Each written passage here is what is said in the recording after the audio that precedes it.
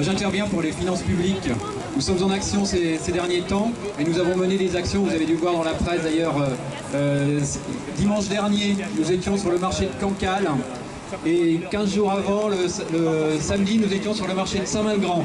Dans ces deux communes, il est prévu de fermer les trésoreries. Alors certes, on peut dire, bon, le percepteur, on s'en fout, on peut s'en passer, mais c'est pas vrai. C'est un service public de proximité qui est utile et que auquel les usagers sont attachés, que la direction et le ministère veulent détruire au nom de la rentabilité financière. Ainsi, on a vu dans nos interventions à Saint-Malgrand une centaine d'usagers qui se sont rassemblés derrière la banderole unitaire des finances publiques, CGT Solidaire FO, et qui ont rejoint les élus locaux pour un rassemblement avec prise de parole pour exprimer leur soutien à leur service public et en demander le maintien.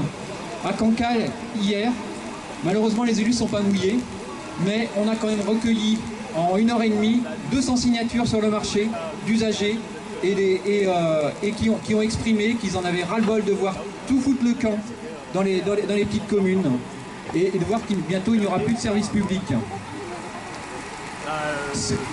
Un collectif citoyen s'est mis en place à Saint-Malgrand pour faire signer une pétition. Ils ont recueilli sur Saint-Malgrand et les quelques communes alentours plus de 3000 signatures pour défendre leur trésorerie. Voilà. C'est dire quand même qu'il y a un besoin de service public dans notre pays et qu'il faut qu'on se batte pour le défendre. Hier également, nous étions en lutte, toujours les mêmes syndicats, aux finances publiques, là sur nos revendications plus catégorielles, plus boutiques, pour nos conditions de travail, pour nos emplois, parce qu'on nous supprime des emplois tous les ans. On nous en a supprimé 30 cette année, on va en supprimer encore entre 20 ou 30 l'année prochaine en Ille-et-Vilaine, et que malgré tout, on a encore 60 vacances d'emploi, c'est-à-dire qu'il manque 60 personnes dans notre département, 60 chômeurs en trop dans ce département, simplement parce que l'État ne remplit pas ses obligations de mettre une personne sur chaque emploi budgétaire.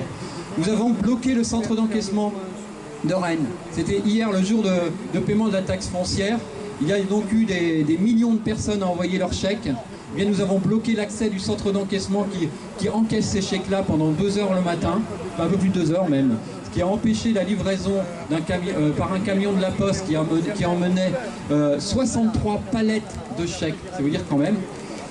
On a ainsi montré à la direction qu'on est en capacité de complètement désorganiser le travail, c'est continu à ne pas donner satisfaction à nos revendications. Le 15 novembre, nous serons en grève sur ces revendications-là, pour le service public, pour nos revendications catégorielles et nos revendications de moyens pour un service public de qualité avec de bonnes conditions de travail pour l'ensemble des salariés.